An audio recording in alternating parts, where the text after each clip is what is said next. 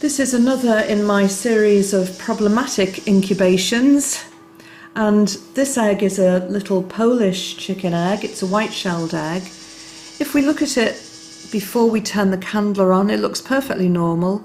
The shell is nice and smooth, it's not dirty, it's got no cracks in it, so it doesn't look as though there's any problem with this until we turn the candle on, and then even then you can begin to see here that we do have a problem in this egg. And if I turn the room light off, then you can see that there is really a problem. So here's what we have. We've got a large dark blob here. All around it we've got a line, a darker line here. It goes right round the egg, comes right back to the blob.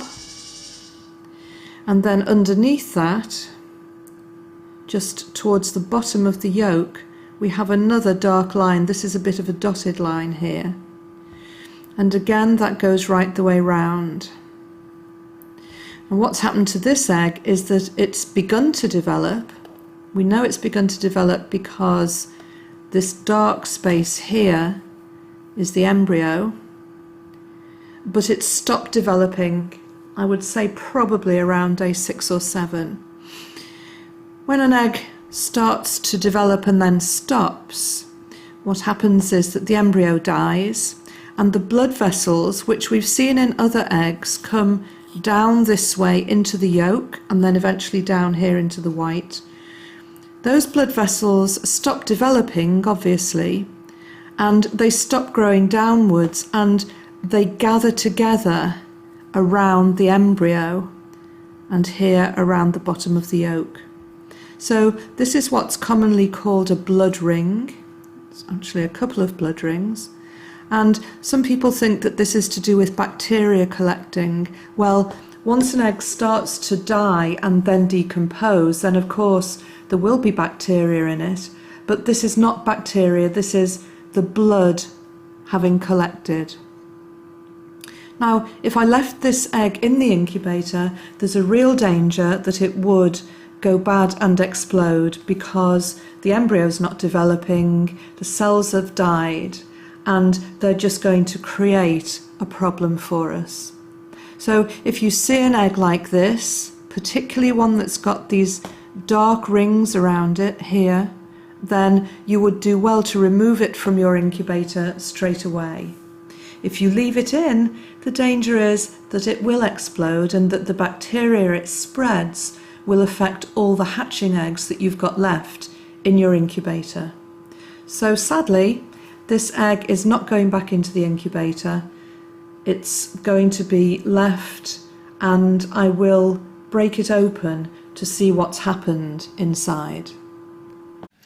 Okay, so this is the little chick that we've just candled and we could see the blood ring, and here you can see what it looks like on the inside.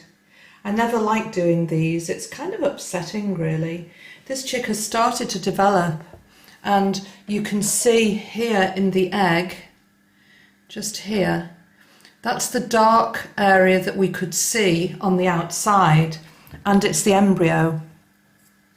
You can see at this end here, this little spot is the eye, and the rest of it is shaped in a kind of C. It's actually flattened out because it's died in the egg. So normally if you were to see a chick at this stage of incubation, you'd see this being more of a C shape than it is at the moment. You can see that the blood vessels here have started to develop, but then around here you can see the ring that we could see from the outside of the egg. And so what's happened is that the majority of these blood vessels have actually stopped growing and have formed the blood ring. On this bit of the egg you can see more blood vessels, and these are the blood vessels we could see a little bit further down. They look like dots. If I turn that, you can see that these have just completely detached from the embryo. If I zoom the camera out a little, you can see that the yolk also has blood vessels in it, but they're very sparse.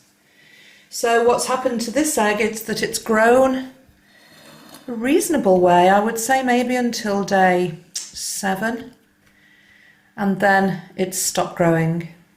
The reason why it's stopped growing, well, it could just be that it's nature's way of not developing any further a chick which would have ended up being not a healthy chick. It may have been damaged in some way. It may be that the air cell wasn't growing enough for it to live. It may be that it got some bacteria in the shell from somewhere, although it doesn't look to me like that has happened. If it had happened, there would have been a really bad smell when I opened the egg, and there isn't. If I'd left it in the incubator any longer, though, this would have deteriorated further. This area here where the chick is would have deteriorated further, and it would have ended up exploding because the vessels and the cells just start to become bad. Eventually, because in the incubator they'd be warm and humid, they would just go bad and explode. So it was good to take this chick out of the incubator at this point. It's sad to see that it's developed to some extent and then stopped, but we have to bear in mind that when that happens, it's generally for a reason. Okay, so that's what it looks like when a blood ring develops. There's the ring again. As we could see from the outside, that was a darker ring all the way around the top of the egg. This was the darker spot inside, and we could see it developing from the outside, and now we can see very clearly how that looks from the inside.